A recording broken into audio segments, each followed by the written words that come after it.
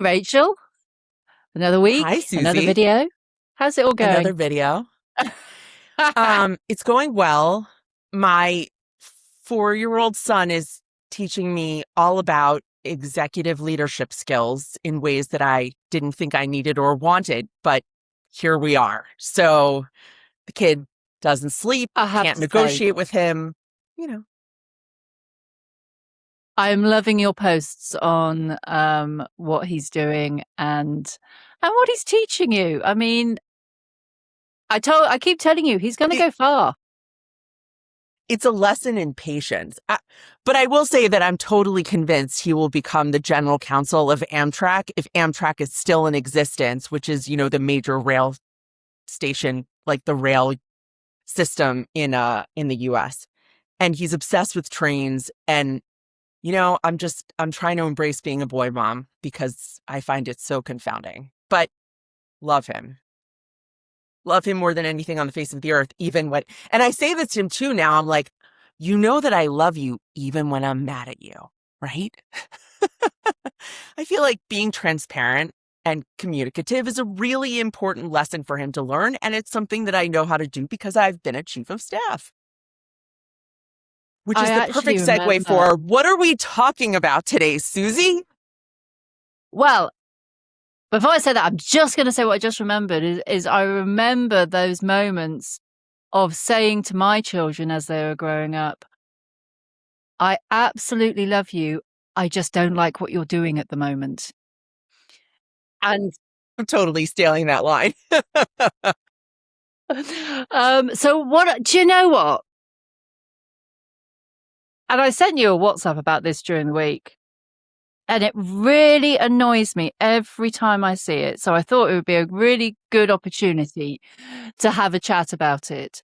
And it's when I see the chief of staff role being classed as having levels.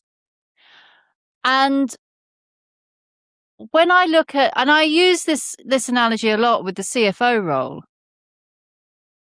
If someone's a CFO, they're not a level 1, a level 2, or level 3. They have certain experience, certain skills, certain amount of tenure, a certain amount of, say, experience within different industries or within different situations. But that doesn't make them a level 1 or a level 4. It doesn't make them an entry or novice. Well, CFO. Suzi, I think also you should talk about, because this is my favorite analogy, is your little analogy with other C-suite executives, namely the chief financial officer.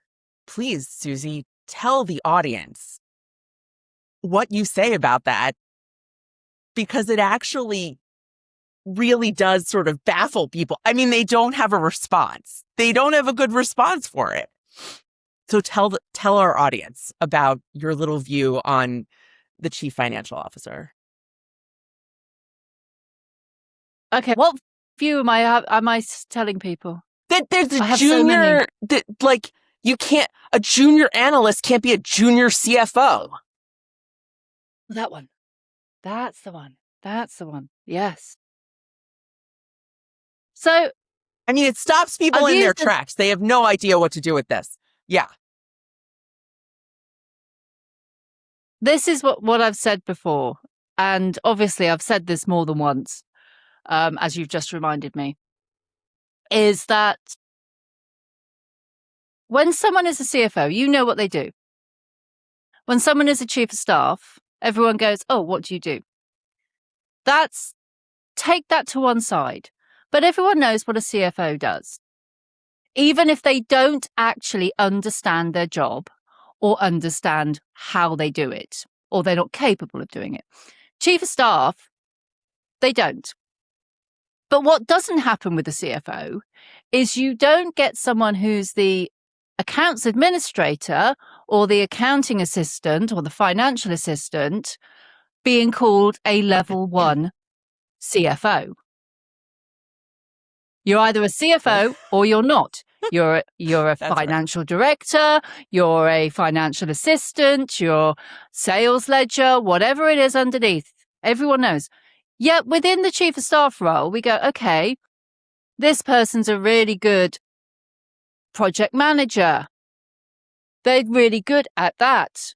Let's make them a level 1 chief of staff. You're not making them a level 1 chief of staff. If you're not going to make the financial director a CFO and have multiple of those, you're not going to have multiple chiefs of staff.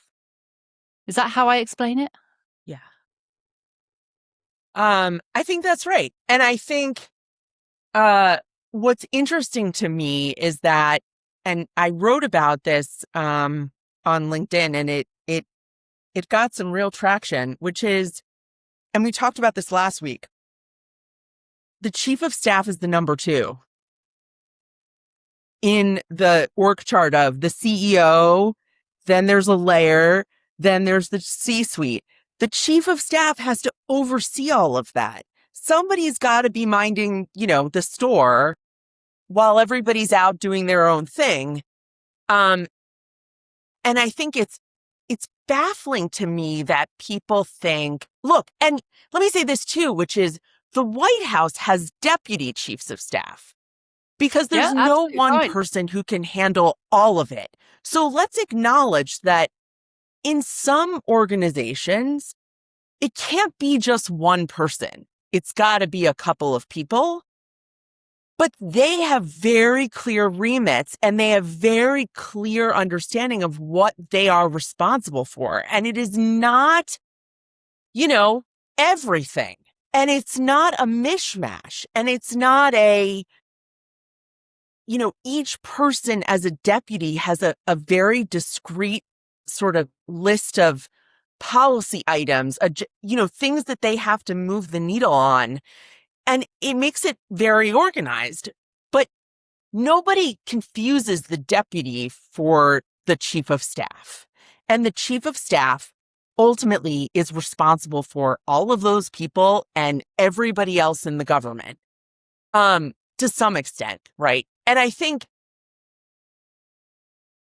we really need to look at the original way in which this was done outside of the military.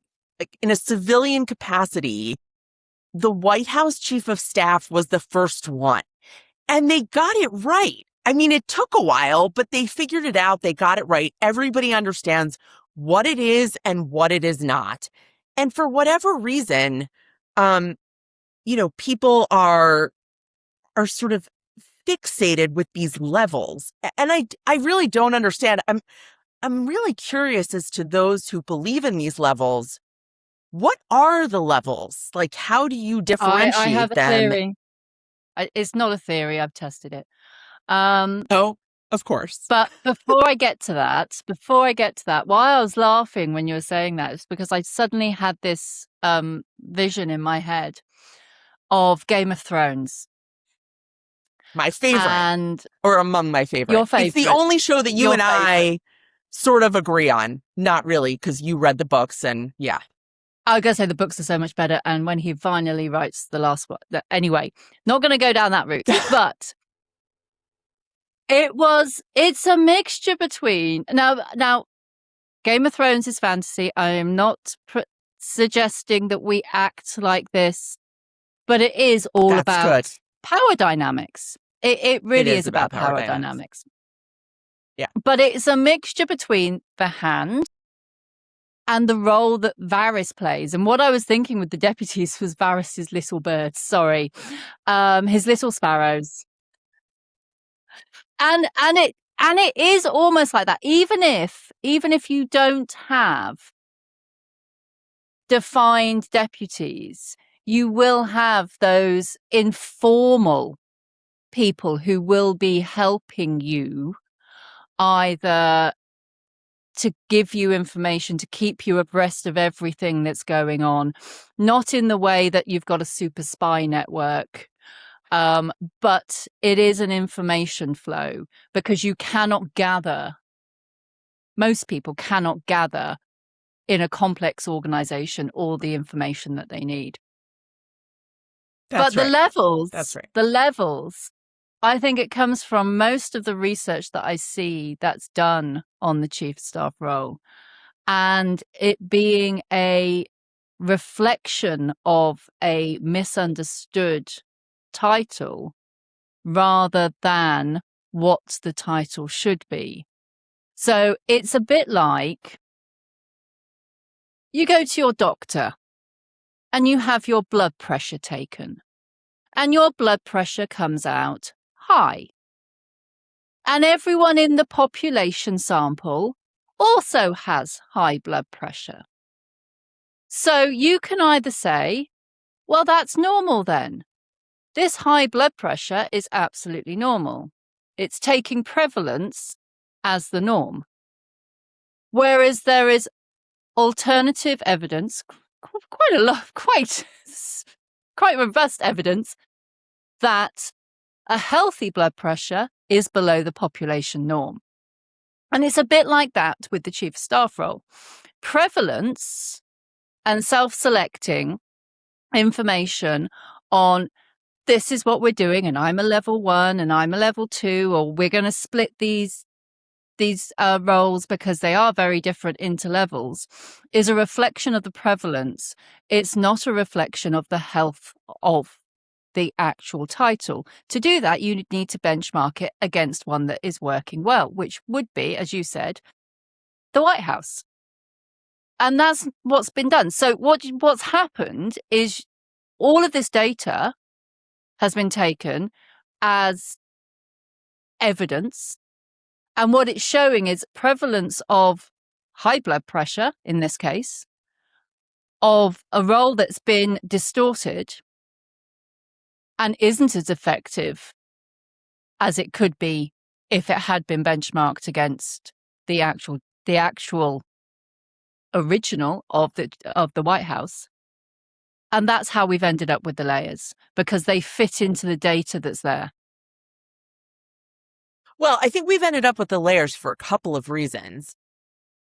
Primarily because if you have the chief of staff situated correctly within the organization, they own nothing. That's part of the role. It's a feature, not a bug. And so, because they don't own anything and because no one directly reports into them, although I think that there can be a case made for an EA reporting in or a variety of other sort of analyst people, I think that there will be a model where people will start to report into chiefs of staff. But because they don't currently have anybody reporting into them, and there's really, I think, our friend Lindsay Gardner does a superb job about talking about ROI and how to articulate that as a chief of staff.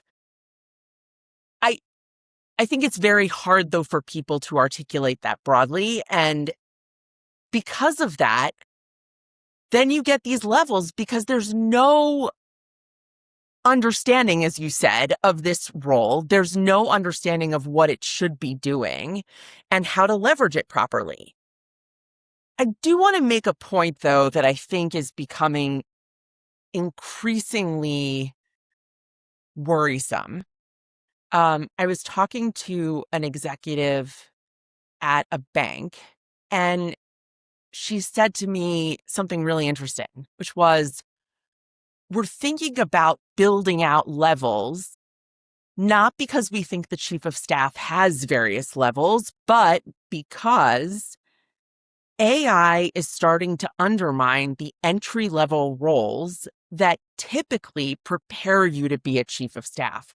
So you and I are quite clear on this, which is we do not believe that an executive admin is necessarily the first role in an evolution towards chief of staff, because the roles are profoundly different.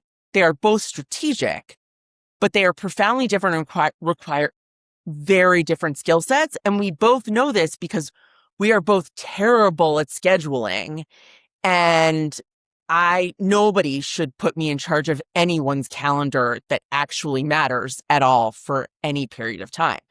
But I did start out my career as an executive admin because that's where you observe and learn everything about people, dynamics, understanding who they are, what they're motivated by, all of the things that you need in order to learn how to read a room. which is essential for good chief of staff work. And I'm concerned that AI is undermining a lot of these entry-level roles, on top of which you have COVID, where you have all of these return to office, don't return to office, fully remote. And look, as somebody who has a young child and also had to take care of her parent and a bunch of other things, I fully appreciate the importance of flexible workplaces and not necessarily returning to office. However, you do miss something when you are not in a room with a bunch of other people and you're sitting on Zoom. It's a very different, it's not insurmountable, but it is very, very different to be a chief of staff now than it was in 2018 or 2017. And I think we need to evaluate, how do we get people who are not only wired because they've taken our chief of staff readiness assessment, but also how do we build people's ability to challenge authority constructively and to read a room correctly and to understand how people interact with one another and what are the signs that there's possible friction, whether it's good or bad. We can have a conversation about that. But I think we really are starting to miss a key part of sort of the training ground for chiefs of staff. And so I wonder to what extent levels will emerge going forward because of AI and because of this return to office or this, flexible workplace stuff. I'm still going to say I don't think there should be levels on the chief of staff role, but I completely agree with what you're saying about that experience part. And I don't think it's actually an issue for the chief of staff role in isolation. I think it's an issue for most leadership roles and making that transition from IC to leadership and leading people and managing people, because we're seeing this across all roles. And I think it's really interesting as well, because the whole remote, hybrid, in-office thing, for me, has never been... I struggle when people find it difficult, because for me, I always think if we want to get the best out of people, we find the way that they work the best. For me, it's hybrid. I'm quite happy doing but for me to work at peak efficiency for myself, I need to have the mixture of being able to really go head down, working from home without the other distractions, without the commute and all of those things. But then I will also need the interactions as well, because you do get a lot from that. That is myself personally. And everyone's on some sort of spectrum, from needing to be fully remote to having to be in the office all the time. The issue with it is that working practices haven't kept up with that. And we had a really interesting one in the UK towards the end of sort of the COVID, where the then Prime Minister had said something like, we never need everyone back in the office because they're just at home eating cheese and not doing their work. I will say, usually those comments say more about the person who's saying them than That's right. than other people. I have no information whether Boris has a penchant for cheese. But I mean, if anyone knows, please tell me.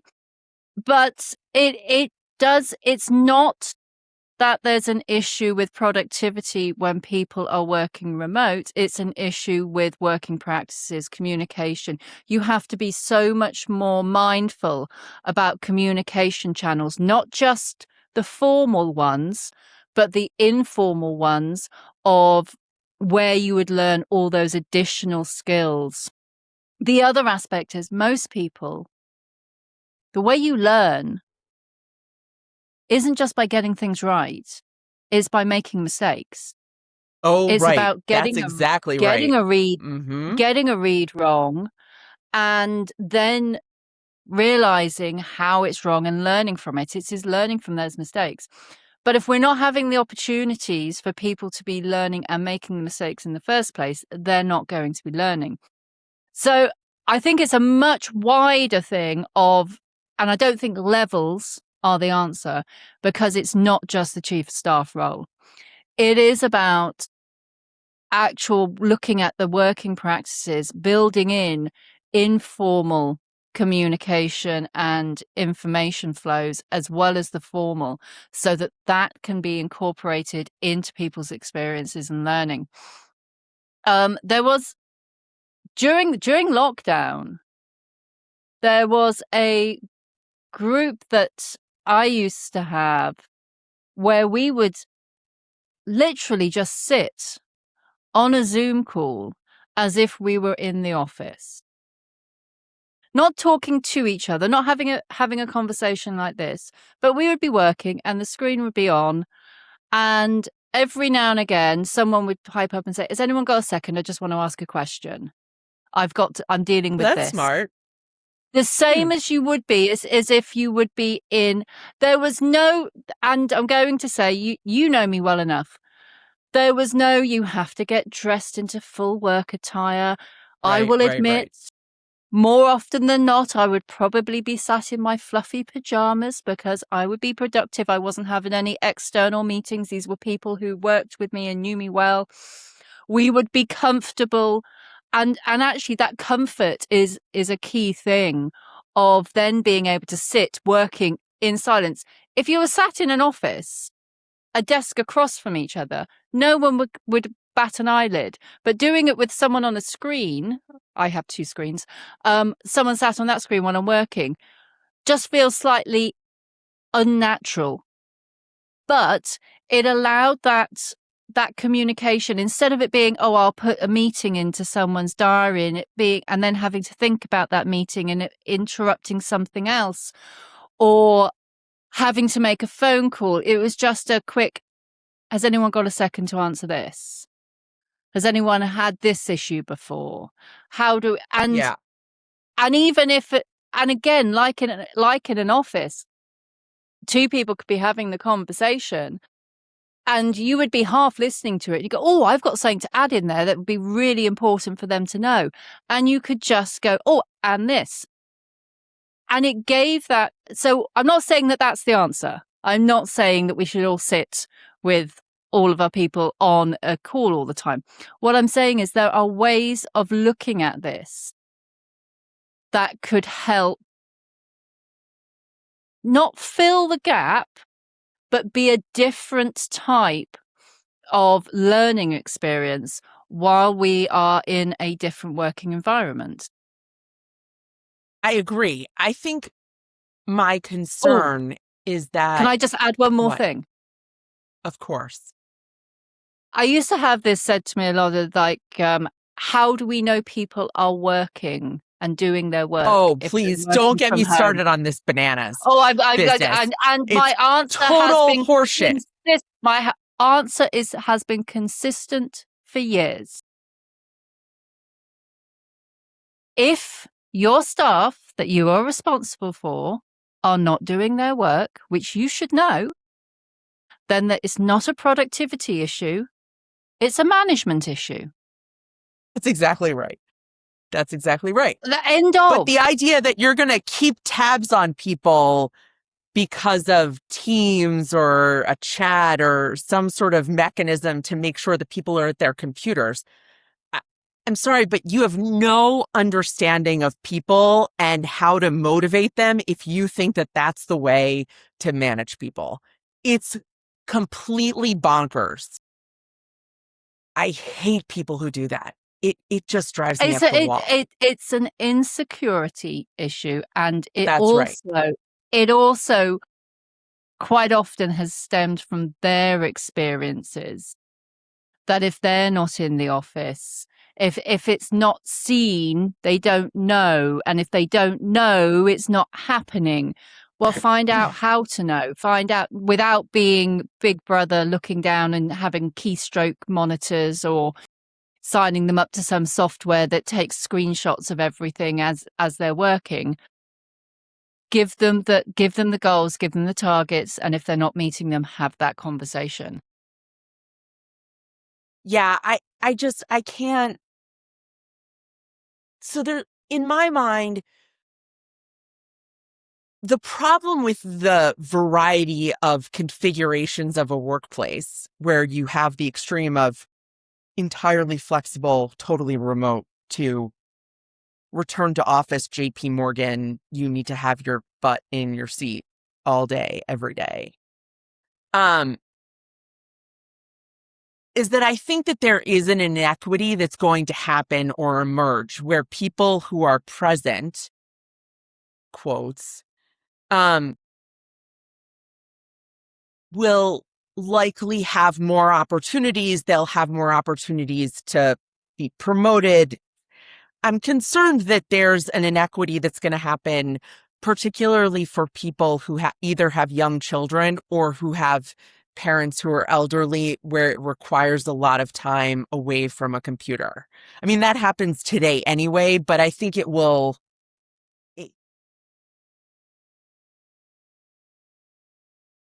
become an even bigger problem as we move towards these policies that are completely inconsistent. What was my point? What was I? Again, comes down to good leadership. Well, that's right. And I think I know I've spoken about it before, but we do have an issue with not supporting and developing people in leadership roles so that they can deal with these things to ensure that fairness, so that those inequalities are ironed out, not in a way of favoring one over the other, but favoring someone because they're in front of you and visible and you see them because they're in the office over someone who may be absolutely better for a promotion, but they work more remotely. We don't give people the skills and the experience, which goes back to what we were saying at the beginning of how people get this experience, to be able to do that in a consistent way. Yeah, I mean, look, the entire workforce is driven by individual contributors who are really fabulous. And when you have, a data scientist who's fabulous at what they do, suddenly they're in charge of all of the other data scientists. Except here's the problem. Data science has nothing to do with leading people and managing them and managing expectations and protecting them from all of the noise and letting them shine when they need to shine. And this is where a chief of staff becomes absolutely essential, is because presumably a chief of staff has spent a lot of time thinking about learning, understanding, being around great leaders. Or in the alternative, as you mentioned earlier, being around such lousy leaders that they understand what the problems are and have learned from it. I think it's pretty difficult to sort of maneuver those kinds of dynamics when you are remote only. But I suspect that there are people, and I welcome those who listen who are in remote only offices. I love to be wrong. I would love for somebody to say, look, you're wrong. Actually, being in an all remote workforce, you can still understand people dynamics. You can still get the sort of, little facial features and all the little things that people do or say, or the tone in which they say it. All of that you can learn and understand even if you're remote. I think it's very hard to sort of figure that out. But I do think, and this is what I was going to say. In terms of leadership, the best leaders, I think, do one thing first and foremost, which is you have to trust your people. And you have to believe that everyone is coming into work every day trying to do their best to do well. And we were talking about this on another podcast that we were doing, which is you can't assume that people wake up in the morning and think to themselves, I'm going to really screw up everybody's day to day and do it in such a malicious way. I mean, of course, there are always bad apples, but for the most part, people don't wake up in the morning and think, yeah, this is the day where I'm going to destroy everybody. Unless they're pushed to that point, and let's not ever get there. I'm laughing because if I haven't had enough sleep, I usually, if I'm on the office, I'm like, don't speak to me because I am in that mood. Right. But, you know that, right? And you sort of sense it and you know not to do it. But I think there's sort of this operating assumption when people start to manage people that they're all managing people who don't want to work. And I think, the one thing that I think I'm actually quite good at is to say to people when they're working for me or with me or whatever, I say to them, look, I'm going to trust that you're going to knock this out of the park until you prove me otherwise. So I'm just going to keep giving you stuff and you need to communicate with me and tell me whether it's too much or it's not enough. I want you to know, though, that I fundamentally believe that you're going to do this job exceptionally well until you prove otherwise. And trusting people initially like that is very difficult. And I think it's increasingly difficult because we don't trust institutions. We are at a moment in history where trust is not something that's given freely or easily. And I think that is a fundamental part of leadership, is understanding that people are fundamentally good people and they're trying to do their best. And when you have people, again, you know me, I have to say one provocative comment in every single episode that we do here. And my one provocative comment is, I think that when firings happen, it is more often than not, a management failure more so than anything else. Yes, of course, there are people who are bad actors, bad apples. And yes, of course, there are people who screw things up royally, who do all sorts of things. But for the most part, I think that people get pushed out or fired if it's not for a layoff or any sort of financial reason. It's because of a profound management failure where you have not effectively conveyed what it is that you want from people and how you want things done, right? So given all of that, I think it's really important to trust people initially. I do, though, think we've got a real problem where AI and these post-COVID policies are making it very difficult to become a really great chief of staff. And I worry about people who are in their 20s. You wouldn't worry? I think, why? No. And here's my hot take on things. Look, AI at the moment is really, really underpriced. We all know that. We all know that a lot of organizations are becoming reliant on AI.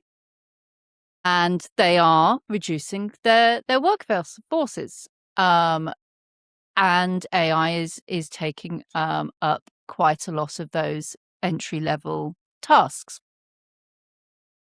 Here's what I see that's going to happen. It's going to really screw over this current generation who's trying to enter the workforce. And I feel for them. And bear in mind, I have children, young adults at that stage.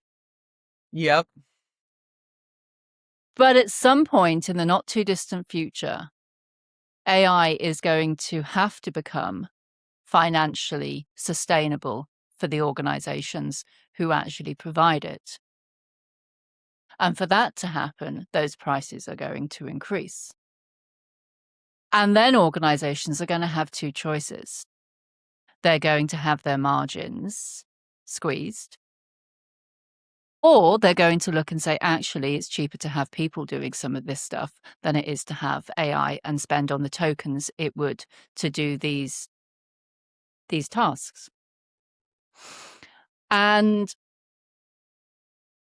maybe I can't see how AI in its current form and current pricing levels is going to be sustainable for the amount that has been invested in these organizations.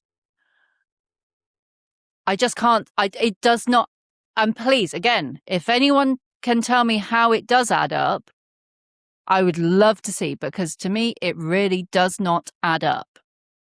And so I'm for the slightly longer term, I'm not as concerned, but there is an issue at the moment. But I think it goes further than AI. I think it goes back to the trying to instill what would have been office working practices into a hybrid or remote.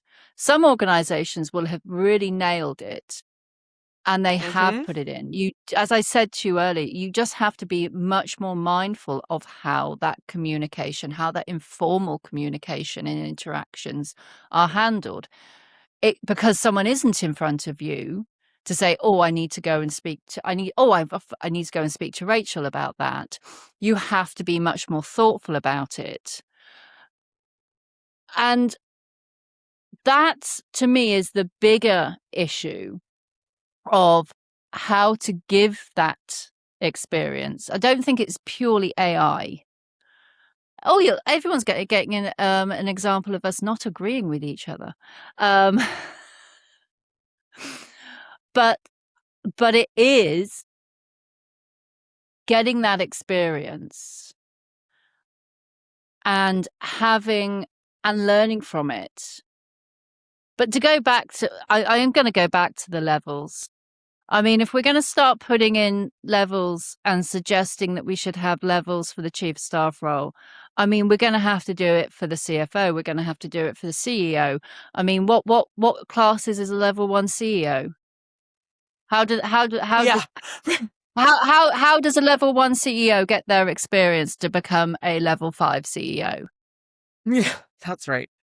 I mean, there are, one could argue, I'm not arguing this, but I could envision an argument where people say, look, there are levels within the CEO world, which is you're a founder, you're in charge of 50 people versus, being a Fortune 500 company. I mean, those are gradations of a role that gets increasingly complicated. That's not an argument that I'm going to argue against. It's absolutely the argument that I give for the chief of staff role and the progression of a chief of staff is it stays the same across organizations. What changes is the organization that you are working in and the experience that you have. So being a CEO in a 50-person startup is absolutely going to be different to being a CEO to a large $1 trillion, $1 billion organization that's operating globally. Absolutely. They're still the CEO. They are still the CEO of that organization. And it's the same when people are a CEO and they're looking for their next step. They will be looking to move to a different challenge within that role. Chief of staff, absolutely the same. If you're a chief of staff in a startup, if the company is growing, that role is growing anyway, the same as the CEO. If you're looking for a different challenge because you have reached wherever you can within that organization, because it's never going to get over 50 people, that is where its natural limit is. Your next step is to be a chief of staff in a 250, 300, and so on. It is the increasing complexity. But no one would say, they may have a different level of experience, but no one would call them different levels. They're still a CEO. They're still having the same sorts of challenges, just different in scale. a lot of the time. Right. No, I think that that's right. It's interesting because I was also sort of reflecting on how do you deal with this problem where people aren't all in the office at the same time and the dynamic changes and what does that mean? Um, and I just remembered that I bought a book recently. I'm eager to read it. It's called Open and Async, and it's written by Ben Balter, who was a chief of staff at GitHub, and actually wrote a terrific website article or blog post about being a chief of staff and what it means. GitHub is actually fully remote, and so I'm curious to see how this book helps to further the idea that you can develop these sort of people leadership skills and really be in tune with other people, even though you're not all in the same room. And look, I think being in the same room can be absolutely god awful. At the Consumer Financial Protection Bureau, we were in one room, we were in a bullpen, and it felt like we were all farm animals. And we tried to develop all sorts of systems, like if you have a red flag up on your screen or on top of your screen, it means you can't be disturbed, except everyone ignored that. And so developing these kinds of systems when you're in a room together isn't necessarily easier or better. But I do think understanding people and understanding what motivates them, what they care about, how they feel valued. And I also worry that this particular generation, I mean, I'm going to sound like, oh, I walked to school barefoot in the snow, but I have stepkids who are in their 20s, and I worry about that generation and how they're going to navigate complex organizations that require a lot of observation, intuition, instinct, all of the things that I'm not completely convinced they've been honing in the last, couple of years. Oh, I'm going to say again, I'm not too worried about that because I think every generation says that about the younger generation coming through. And I look at my daughter is sugar. I should know how old she is. She's 21. I mean, I was there when she was born.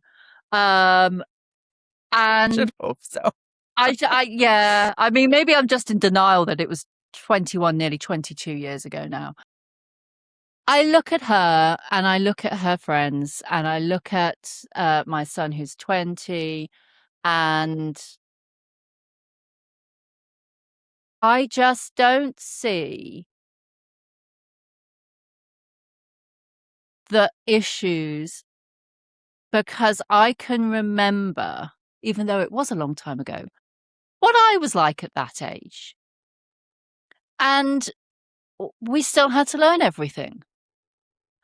I've got to tell you, And Suzi, I was absolutely delightful at that age. I was don't believe wonderful in every I'm way. sorry. I don't believe I was you. perfect, Just fabulous. stop lying. Okay, I was amazingly wonderful.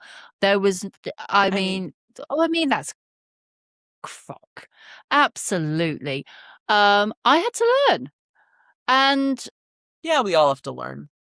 and I tell you what I do love about the generation coming through is their intolerance of some of the toxicity that we would have just put up with because that's what you do.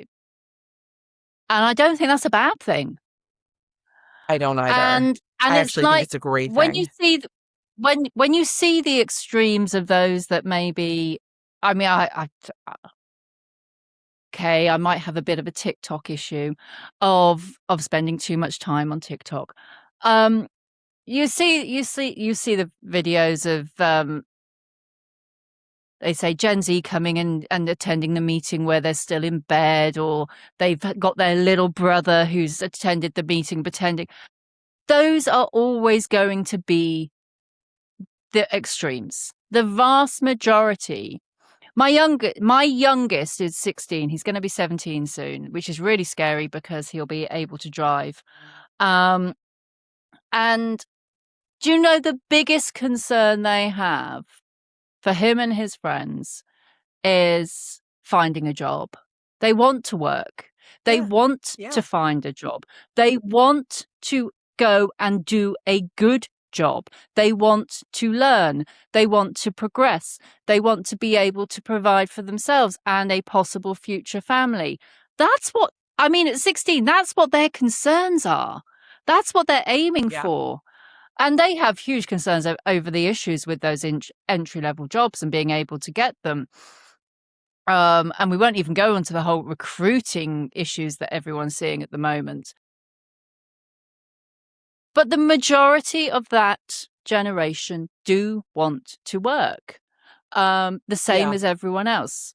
It's when we take those extremes, those examples that end up being viral TikToks or anything else as the norm. It's a bit like the blood pressure. They're not the norm. Yeah. I do think that people seek purpose, and so jobs provide that, right?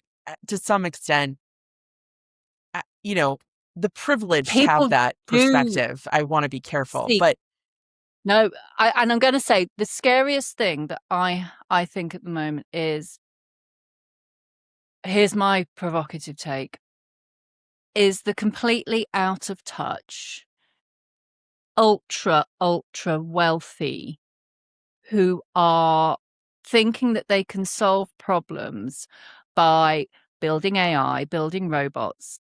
And there was a conversation with one such individual whose plan is that we all have all these robots, and then they will build all the houses, they will provide everything, they will and no one will have to work. And I am sat there absolutely horrified, because there is no way that person has stopped working, because that is their purpose. And they have completely disconnected the desire, the need of purpose. And because they're so disconnected from normal, real life, that this is going to solve problems and everyone's going to be happy because they're all going to just be going to the cinema or enjoying playing games or whatever. They're not. There was a really interesting experiment that was done. And I think it was with mice. It was with mice or rats, where they provided this colony of mice, I'll say mice, with everything it needed. Everything. And I will cut it down. You can Google it. It ended up in complete rodent societal breakdown. And when you read it, you can absolutely see how losing purpose would have the same effect in human society. Because otherwise, why do we get out of bed? Yes, we enjoy having a holiday. We enjoy a vacation. We enjoy our downtime. But if you took all of that away and the purpose goes, what's then left? And I tell you another one. Again, the research is there. Of those who retire without activities, without purpose to go into, and their life expectancy. So if you retire, money just makes things easier, a lot easier. I'm not disagreeing with that, but it's not about having enough money. It's having enough purpose. Because if you retire with enough money and you do nothing, your life expectancy is dramatically less than if you retire and you have purpose to be going on every day. That's a really depressing thing to end on, isn't it? Yeah, I mean, I will just say that I try very hard not to prognosticate when it comes to technology, because I think if you told people in 2007 when the iPhone, came into existence that it would turn into the most useful and also deeply problematic tool on the face of the earth. I don't think anybody could have guessed that. I don't know. I mean, right? you can see my Star Trek. Yes. We know you're a nerd, Suzi. It's okay. Yeah, but I'm going to say, I mean, we are living that life. And I mean, automatic doors, they came from Star Trek. Tricorders, communicators. It's all sci-fi become real. And next me, up is the Jetsons. Like, we're just going to start flying around everywhere. Oh, yeah. Yeah. Anyway, sorry, I was going to go off on a whole thing of time distortions and that, but no. Right. But what I was going to say is technology is great if it is utilized productively. Of course. And we see this with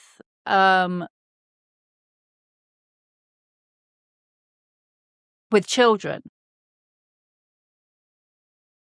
If they're given, I mean, it used to be when I was younger that children were spending far too much time in front of a television, that we're all going to end up unable to socialize with square eyes and not be able to have coherent conversations because we're spending too much time in front of a television.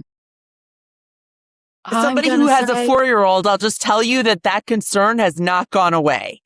I'm constantly worried that my kid is so our parents would YouTube. have been getting that. They're spending too much. They've got too much technology. And that brings me then to schools when look, my phone's here. If I haven't got my phone with me, I'm like, it feels like something's missing, because we are in an age of constant communication, constant connectivity. And then we have schools here which are saying you can't have your phones. Now, don't get me wrong, the bullying issue is an issue, because when I was at school, if someone was being bullied, once they left that environment, they didn't have those same bullies sort of literally in their hand, following them everywhere. And I'm very glad that I went through my teenage years without social media, I have to say. Me too. So glad. Yep. Yeah. But it is the norm of the world today. So when we've got schools saying you can't have your phones, I'm like, why aren't we teaching these young people how to exist with their phones in a productive way?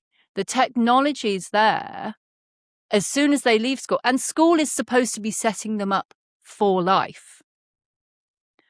Well, I'll just tell you that I think Jonathan Haidt, who I think that's his name, who wrote The Anxious Generation, his argument is the reason why we don't teach kids how to use cell phones productively is because the companies that are on your cell phone are creating addictive algorithms that make it impossible for you to separate yourself in a way that's productive.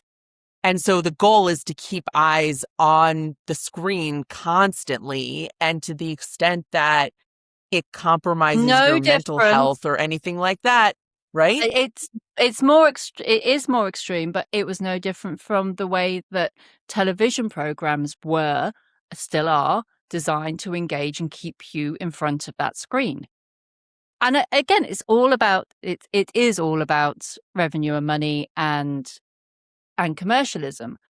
For sure. But I feel like when we were growing up, Suzi, we didn't have Netflix where you have 75,000 movies at your fingertips.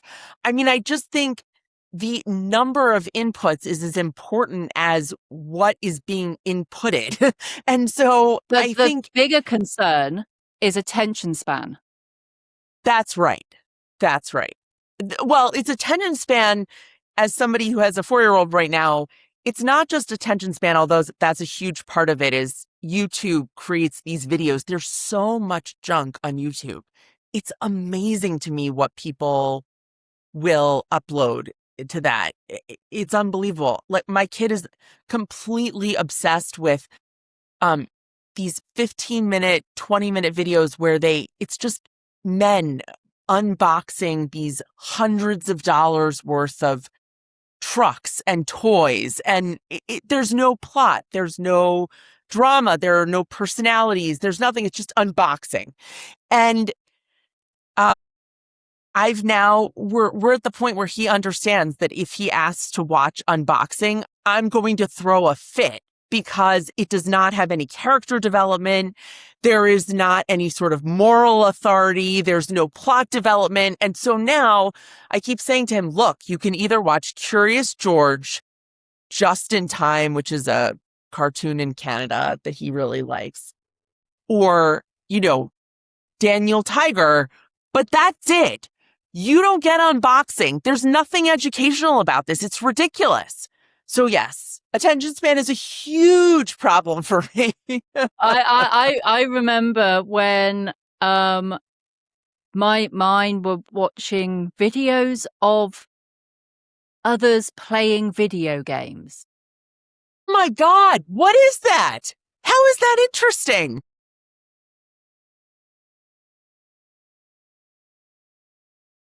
It's huge. It's huge. I'll never understand it. But actually, that wasn't the attention span, because that's just different types of content.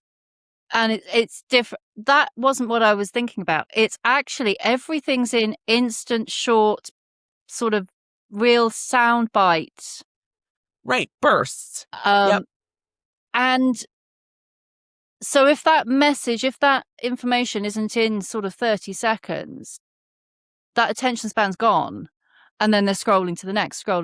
That's what I meant about attention span, is instead of sitting down and, for us, reading for me, and you, reading a huge book, watching a long film, it's not, it's everything's in sort of 30 seconds or maximum 5 minutes. And if it's not there, that's the attention span issue, is that learning to hold that attention for longer. Do you know what? I'm probably going to go down to a whole rabbit warren of researching the research that's been done on attention spans with the modern social media and interactions. That'll keep me busy later. I'm just going to ask one question to end this. I'm just going to ask one question. How in God's name did we get here? How, we had a plan. We had a plan. It was clearly not a great plan, because I don't know how the hell we got on this topic, but it is always a pleasure having a little chit chat with you for the public, because we literally do this every day. Multiple times a day. Look, plans are a guide. They are never a straitjacket. Well, I would say plans are there to make people feel better. It's kind of like religion, but they don't really. They're sort of the likelihood that you're going to follow a plan is very, very slim. But this was fun. Let's do this again next week. See ya. Absolutely. See you then. Bye. Bye.